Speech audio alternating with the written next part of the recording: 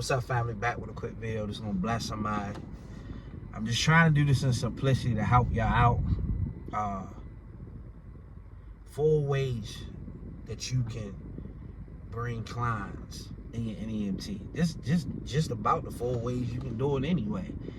But if you listen and you put a system in place and do this, it's no way you're not gonna grow. I'm doing the same thing right now for myself. It's no way that it's not gonna work. So first you can hit it from your entities. What I mean by that, your DSS, your VA office, go to the VA hospitals, try to get linked with somebody there, vocational rehabilitation. Those are your entities you're gonna hit. Your assisted living facilities, places like that those places pay. Well, you know, DSS kind of is Medicaid dollars too, but it's you're not dealing with a broker, so that's why I'm kind of saying your entity, because it's a little different from dealing with a broker, if that makes sense. So that's one direction you gotta go. So how I would do that, the zip codes that you're gonna hit, I will make a list of every last entity like that I gotta go to get my information in front of. Make a list, go on Google, do not call them. Nah, forget the cold calling. Take your butt out there and try to talk to somebody. And then once you talk to that individual, you can build on it. Now you can follow up with phone calls because they saw your face, they saw your presence, they know who you are. Give them something when you go there, right? So that's one way you're gonna bring money into your business, if you can do that. Make a list of 30 places and go to every last one of them in those zip codes. You know what I'm saying? You got a lot of different places that need transportation that'll pay, that the entities pay out of their pocket. You know what I'm saying? So that's the first route. The other route, you can do it any direction, any order you want to do it. The other route would be brokers. All your workers' comp brokers. It's on my website. I try to leave a link in the description. I got a list of free brokers. Of course, Medicaid brokers. You got to be a Medicaid provider. It's not a video about becoming a Medicaid provider, but once you do that, you can deal with the bigger brokers. So you do that, now you got your entities, your private entities. Now you're dealing with your brokers on the workers' comp and on the Medicaid side.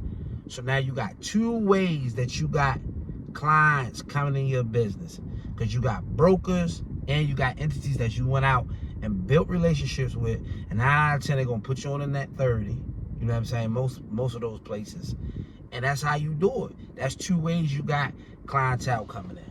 One thing when you go into entities, you guys, I would suggest, a lot of these places you gotta understand, even with brokers, man, it's a cat eat mouse game out here with this transportation. Y'all keep listening to these people telling y'all it's this and that. Yo, this business is not as easy as a lot of y'all think it is. You know what I'm saying? It's all about the money. You all about somebody cutting prices. It's all about money at the end of the day. You know what I'm saying? So if somebody price is cheaper than yours, they can provide the same service that you provide, then they gonna cut you out the way. You know what I'm saying? They're gonna go with the cheaper person. 9 out of 10, right? So that's why you gotta build relationships with people. If you build relationships with people, then it's a little bit different because they have a relationship with you. But at the same time, at the end of the day, if they can find a company that's gonna do the same thing, they'll get you out of there and bring somebody else in. But when you're dealing with them entities, don't try to be the backup person. You know what I'm saying? They probably already got somebody they working with. Tell them you can do a little extra trips here and there, etc. Just get in the door. The next way would be your consumer, your regular consumer that don't have Medicaid. Your aunt Susie, your Uncle Joe, the people that can't get a ride to their doctor's appointment. How are you going to get in front of your direct consumer?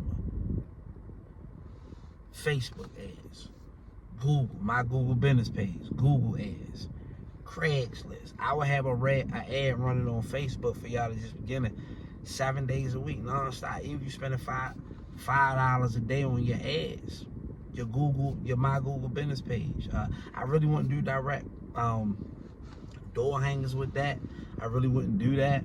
I did yard signs. Yard signs work for me. I know that don't work in some areas. You can get fees and fines for that, but you have to figure out a way to get in contact with the direct consumer. Vehicle wraps on your car. That's another good way, right? So that's your other way to get clients coming to your company. It's dealing with the direct consumer. So you gotta find ways to get in front of those type of people. So that's where you use your social media at. That's where you can use newspapers.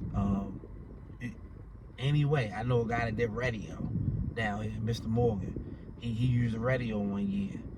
Any way to get in front of the direct consumer, that's gonna be your other slant. So the three ways are gonna be brokers, your entities, and your direct consumer.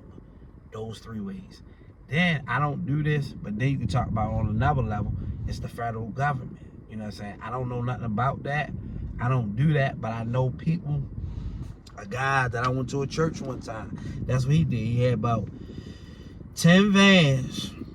He had he had about 20 vans. He had like a $10 million contract with the government.